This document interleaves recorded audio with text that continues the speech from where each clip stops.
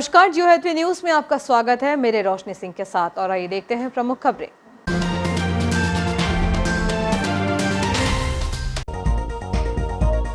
जियो Hathaway news की खबर का असर। एडीएन ने पुल का निरीक्षण कर कराई झाड़ियों की सफाई, खोखली पिचीन पर भरवाए बोल्डर। रेस्ट हाउस की सड़क चौड़ीकरण को लेकर कांग्रेस नेताओं ने उठाए गंभीर सवाल। जिला बल के पुलिस कर्मियों को 5 माह बाद भी नहीं मिले आवास। प्रतिबंध के बाद भी हो रहा पॉलिथीन का उपयोग, दुकान संचालक मजबूरी बताकर ग्राहकों को दे रहे पॉलिथीन में सामान। खाली प्लॉट मालिकों का नहीं चल रहा है पता, खाली प्लॉटों में भर रहा है पानी, बढ़ रहा है प्रदूषण।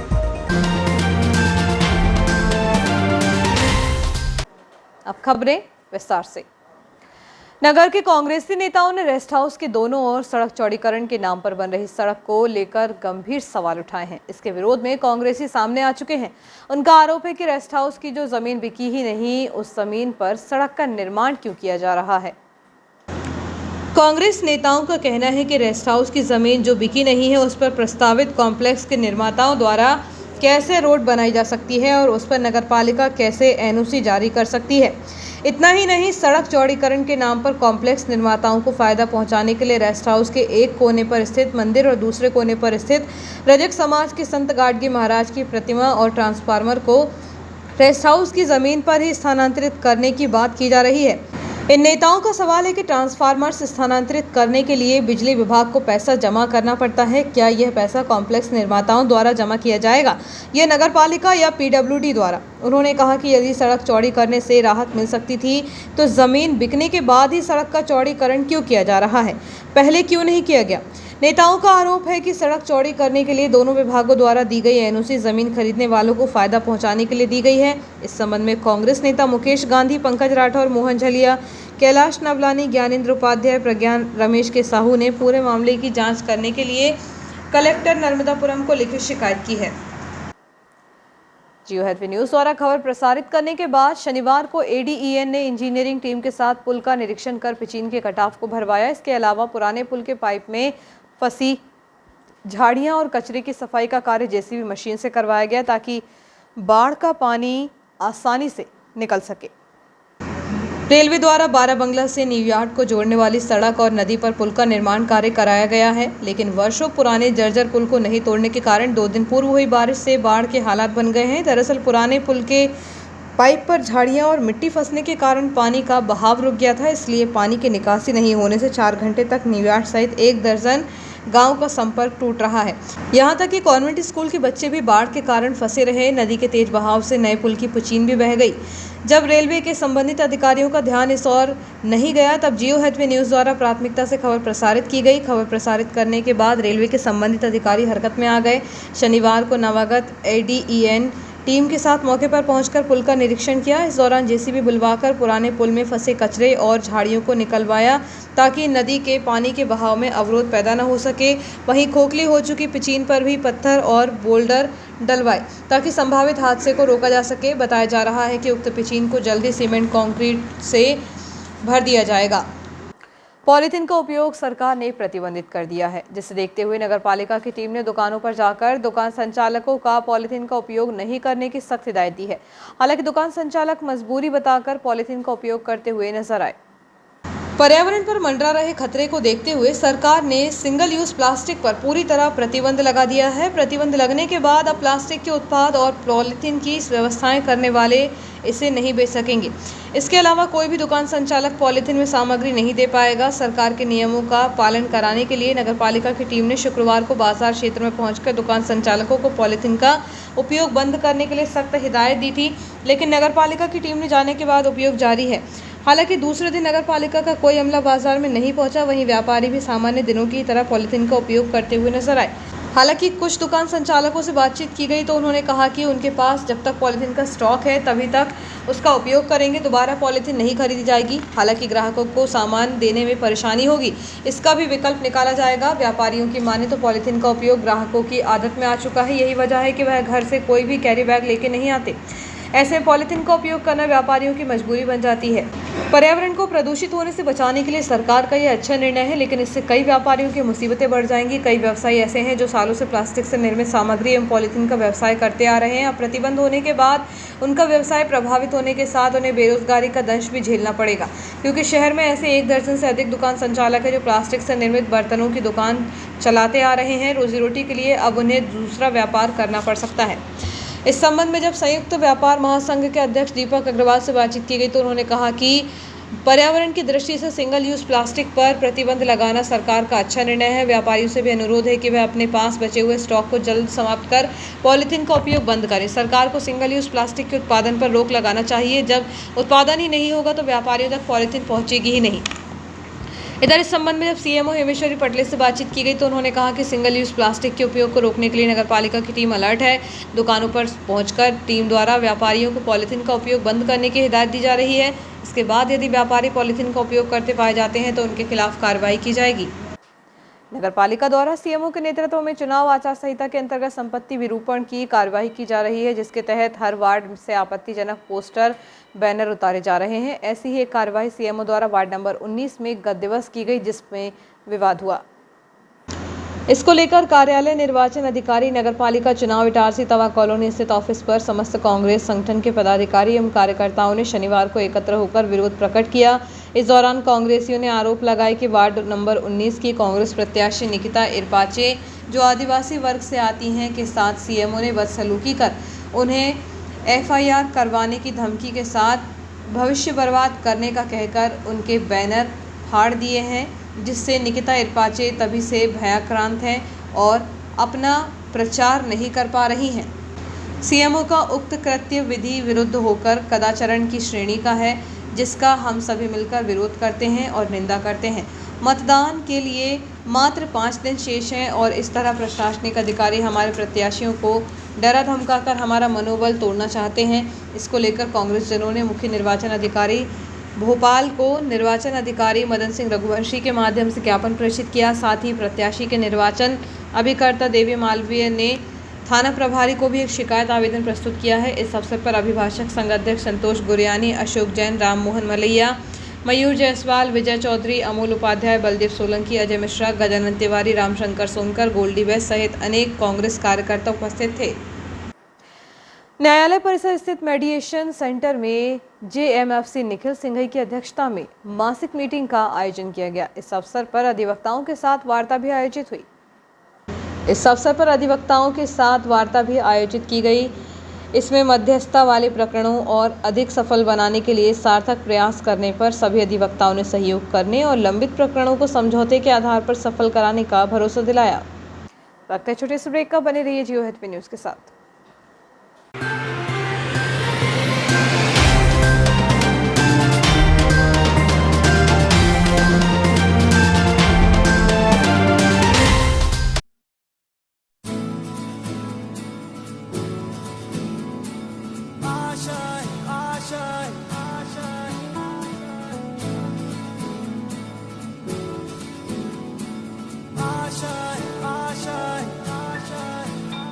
कुछ पाने की हो आस आस, कोई अरमा हो जो खास खास आशाएं, हर कोशिश में हो बार बार करे दरियाओं को आर पार आशाएं, तूफानों को चीर के मंजिलों को छीन ले आशाएं,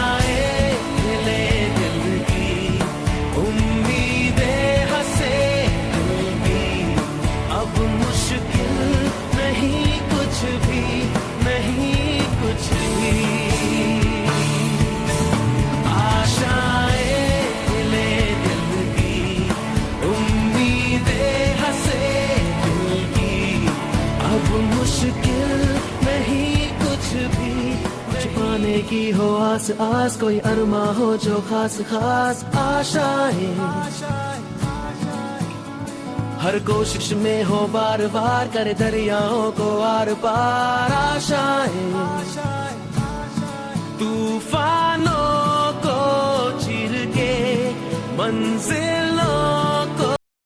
आपका विश्वसनीय चंचल ज्वेलर्स अब नए शोरूम में गोल्ड प्लेटेड आभूषणों एवं नए डायमंड ज्वेलरी के साथ 1 ग्राम और 2 ग्राम वाली सोने की 4 चूड़ियां एवं कंगन, 1 ग्राम और 2 ग्राम वाला सोने का मंगलसूत्र, हार, करदौना, चैन, झुमके, बाजूबंद और सभी प्रकार के गहने, डायमंड सेट एवं एंटिक ज्वेलरी और फैंसी ज्वेलरी का अनुपम संग्रह।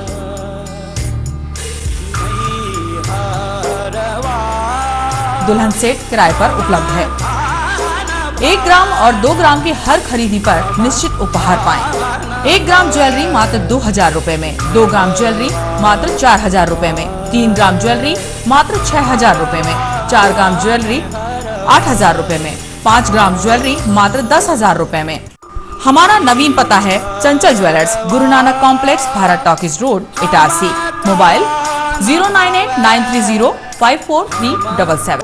बच्चों के सुनहरे भविष्य के लिए पिछले 38 वर्षों से गुणवत्तापूर्ण शिक्षा प्रदान करने को दृढ़ संकल्पित आपके क्षेत्र का विश्वसनीय शिक्षा संस्थान Guru Nanak public higher secondary school, Punjabi Mohalla, Itarsi में कक्षा नर्सरी से 12वीं तक हिंदी तथा इंग्लिश मीडियम में बिना किसी डोनेशन के प्रवेश प्रारंभ हो चुके हैं। Guru Nanak public higher secondary school, जहां बच्चों के सर्वांगीण विकास पर ध्यान दिया जाता है। आधुनिक कंप्यूटर एवं साइंस लैब, विशाल लाइब्रेरी, सीसीटीवी कैमरों से covered campus, scout guide, red cross, खेलकूद गतिविधियां, कल्चरल एक्टिविटीज, आधुनिक smart classes, personality development, spoken English की विशेष क्लासेस और बोर्ड परीक्षाओं में अपने श्रेष्ठ परिणामों के साथ आपकी सेवा में समर्पित संस्थान Guru Nanak public higher secondary school, Punjabi Mohalla, Asafabad, Itarsi. Hi, this is Sudha Chandran. जब भी मैं डांस करती हूँ तो मेरे दिल के अंदर जो खुशी की लहर दौड़ती है वो काफी है मेरे चेहरे पर, वो चमक बिखेरने के लिए। और यही खुशी मैं देखती हूँ जब बचपन प्ले स्कूल के बच्चे उनके टीचर्स के साथ जब इंटरेक्ट करते हैं। As we all know that the first 3-4 years of childhood are very, very crucial because they are the formative years in one's life. और उसी टाइम पे they need that proper love, care and attention. Thank you so much Bachpan Play School for making this contribution, because only then our children will bloom and today's students are our country's future. बस इतना ही नहीं, पूरे भारतवर्ष में 1100 बचपन play schools है जो यही काम कर रहे हैं, जो हमारे बच्चों के भविष्य को तैयार कर रहे हैं। थैंक यू सो मच बचपन, क्योंकि बचपन सिर्फ एक ही बार आता है ना?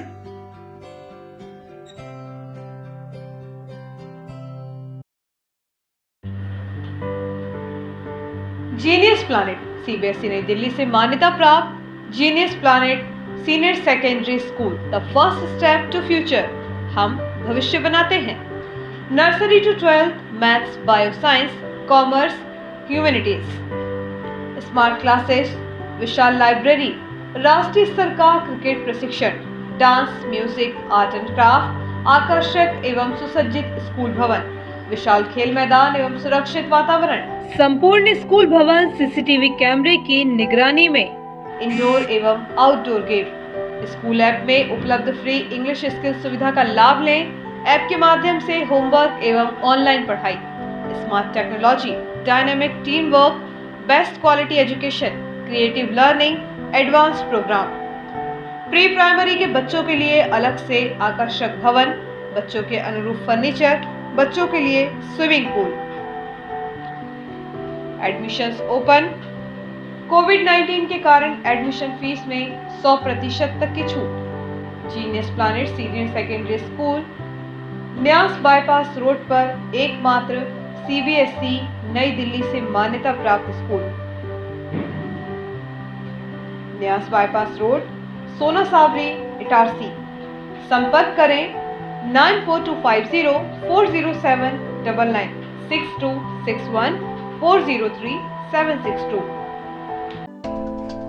Excellent international school, nursery to 8th English medium school, affiliated by ICSC, behind Budi Mata Mandir, Malviganj, Itarsi. Admissions open from nursery to 8th. Office time morning 9 to 2 o'clock. Itarsi का एकमात्र ICSC से अफिलिएटेड स्कूल। तुरंत संपर्क करें अपने बच्चों के बेहतर भविष्य के लिए, एडमिशन्स कराएं। Excellent international school, Malviganj, Itarsi. Excellent international school, behind Budhi Mata मंदिर, मालवीगंज, इटारसी।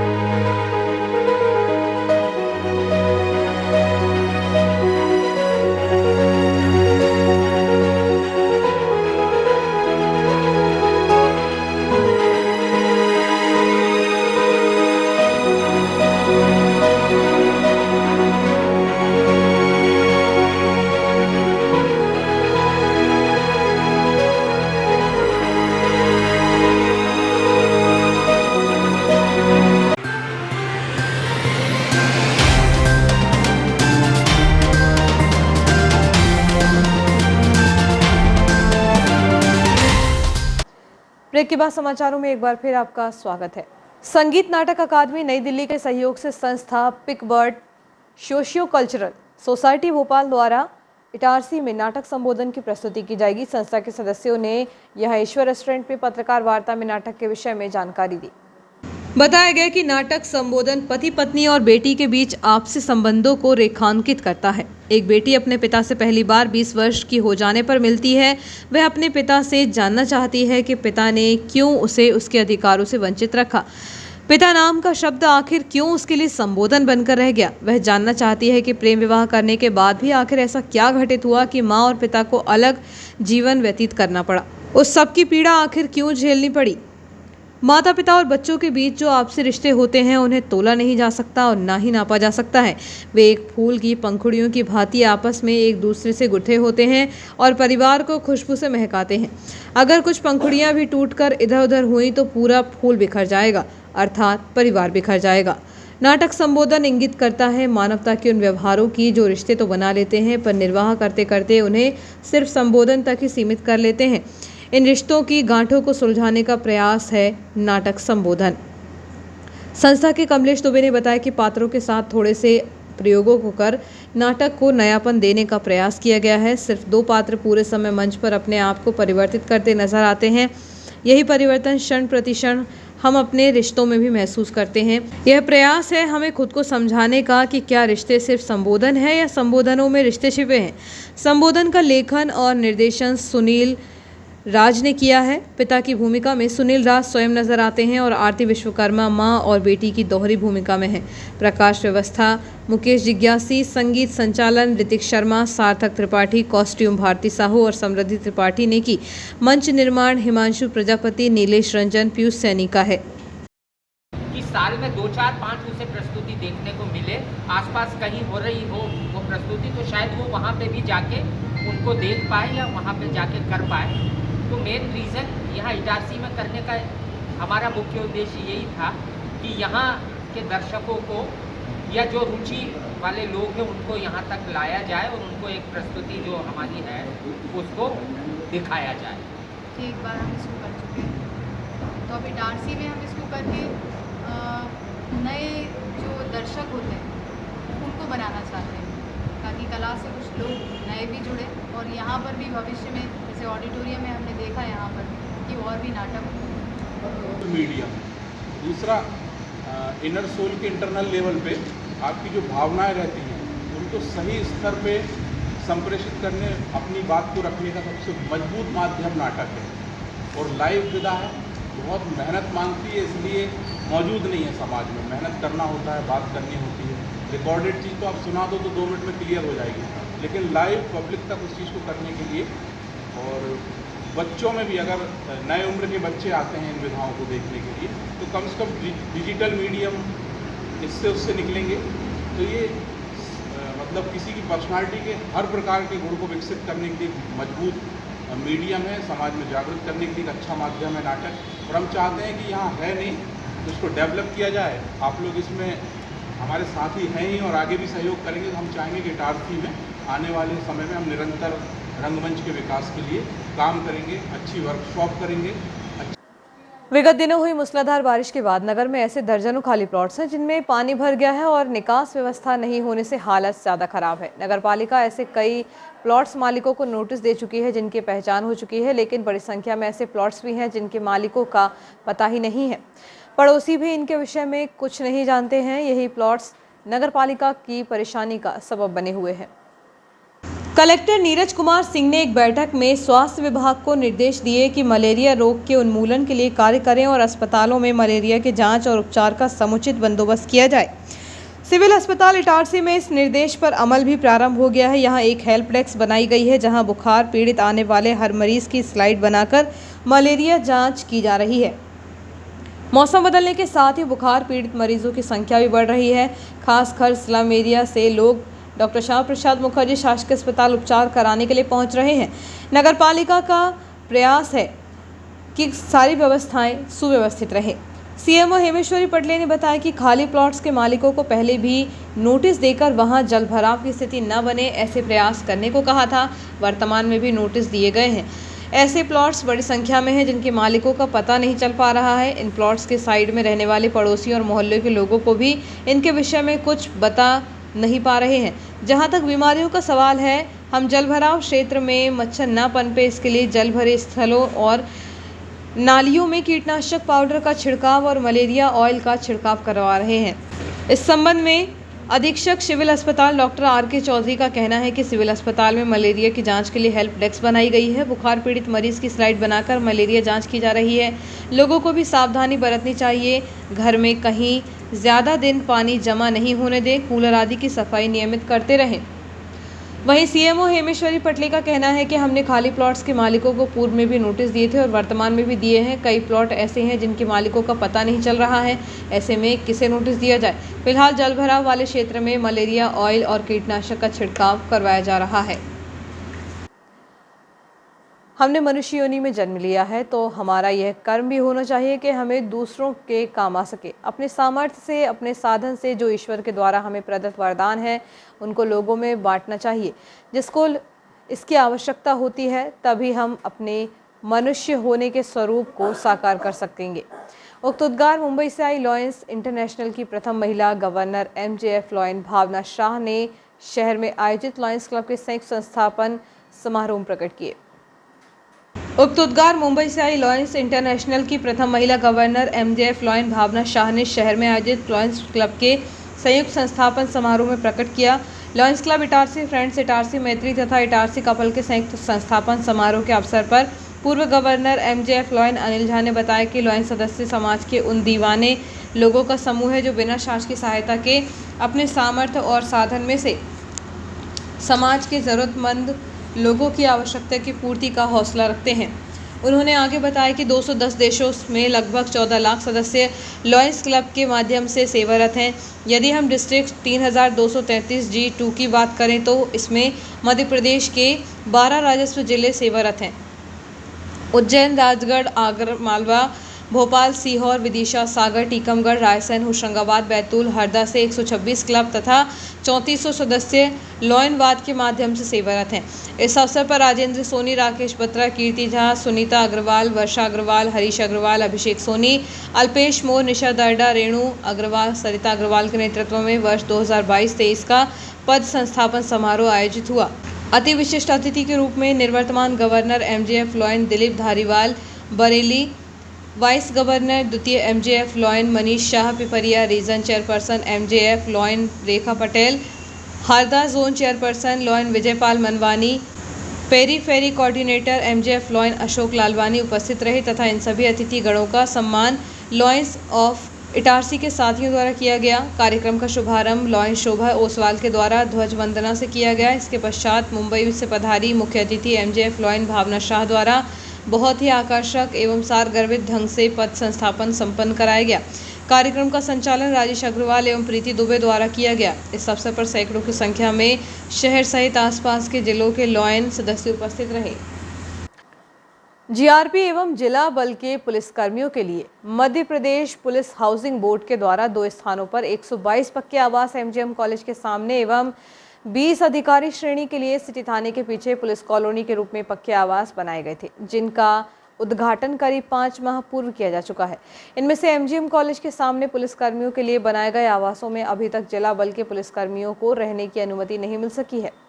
इनमें से एमजीएम कॉलेज के सामने पुलिस कर्मियों के लिए बनाए गए आवासों में अभी तक जिला बल के पुलिस कर्मियों को रहने की अनुमति नहीं मिल सकी है, जिसके अभाव में पुलिस कर्मियों के द्वारा शहर के विभिन्न स्थानों पर किराए के मकान लेकर उनमें निवास किया जा रहा है, जबकि जीआरपी कर्मियों को लगभग 80 आवास की सुविधा दी जा चुकी है, परंतु सिटी पुलिस कर्मियों को वरिष्ठ पुलिस अधिकारियों के द्वारा अभी तक यह अनुमति नहीं मिलने की वजह से पुलिसकर्मी यहां वहां किराए के मकान में रहने को मजबूर हैं, जबकि जिला पुलिस बल के पुलिसकर्मियों को भी पुलिस कॉलोनी में आवास की सुविधा जल्द से जल्द हो जानी चाहिए, ताकि वह अपने परिवार के साथ पुलिस कॉलोनी के साथ की आवास में सुविधा के साथ रह सके।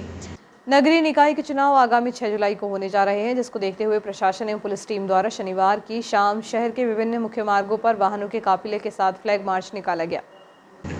इस दौरान सिटी थाने से एसडीएम मदन सिंह रघुवंशी के नेतृत्व में फ्लैग मार्च करीब आधा दर्जन वाहनों के काफिले के साथ शुरू किया गया, जो कि लाइन क्षेत्र होते हुए न्यास कॉलोनी, सूरजगंज मुख्य मार्ग, एमजीएम कॉलेज, विश्वनाथ टॉकी चौराहा, मालवीगंज क्षेत्र, गांधीनगर क्षेत्र, नाला मोहल्ला, लक्कड़गंज, जय स्तंभ चौक के साथ ही अन्य स्थानों के मुख्य मार्गों से होता हुआ सिटी थाने पहुंचा।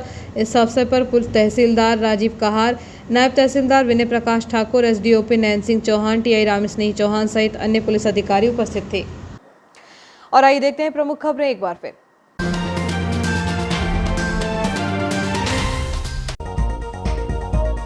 जियो हैथवे न्यूज की खबर का असर, एडीएन ने पुल का निरीक्षण कर कराई झाड़ियों की सफाई, खोखली पिचीन पर भरवाए बोल्डर।